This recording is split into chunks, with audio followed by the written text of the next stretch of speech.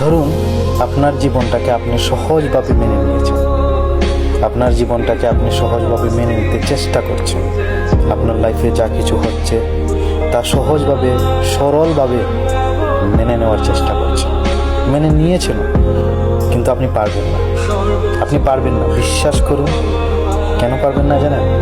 আপনার আশেপাশের আপনার আপন মানুষগুলো সেটা হতে দিবে না, আপনার জীবনকে স্বাভাবিক হতে দিবে না। তারা আপনার উপরে এত পরিমাণের অভিযোগ করবে, শুধু অভিযোগ।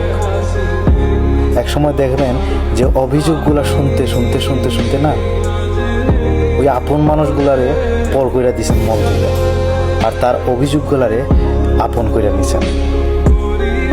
একটা কথাই বলতে চাই, আমার মতো যারা আছে তারা নিঃস্ব, আমার মতো প্রবাসীরা নিঃস্ব, কোনো কিছুই নেই।